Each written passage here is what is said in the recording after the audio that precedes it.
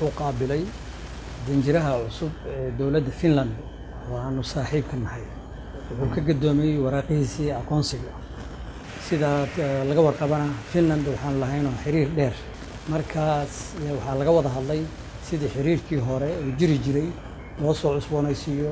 loo xoojiyo Soomaaliya iyo Finland